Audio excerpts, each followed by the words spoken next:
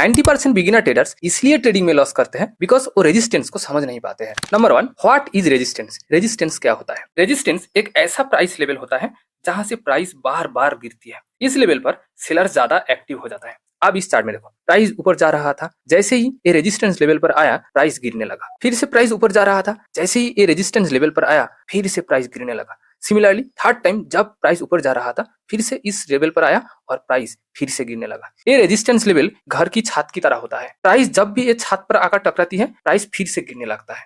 Second and most important, resistance काम कैसे करती है? देखो, प्राइस रेजिस्टेंस तक पहुंचती है यानी इस लेवल पर पहुंचती है। जब भी ये इस लेवल पर आता है तो यहाँ सेलर एक्टिव हो जाता है, यानी मैक्सिमम लोग शेयर्स को सेल करने लगता है। जैसे ही मैक्सिमम लोग सेल करने लगता है तो शेयर का प्राइस फिर से गिरने लगता है। ये हर बार सेम चीज होता है। इस रेजिस्टेंस जोन को ही सप्लाई जोन कहा जाता है।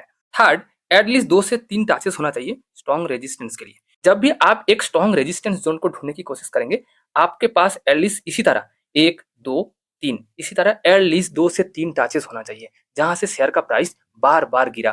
फोर्थ, एक स्ट्रॉन्ग कन्फर्मेशन। इस तरह की एक स्ट्रॉन्ग रेजिस्टेंस जोन को ढूंढने के लिए आपको higher time frame at least 1 hour या तो 4 आवर या फिर 1 डे का टाइम फ्रेम सिलेक्ट करना होगा। आप जितना हायर टाइम फ्रेम में ये रेजिस्टेंस जोन को सिलेक्ट करेंगे वो रेजिस्टेंस जोन उतना स्ट्रॉन्ग होता है।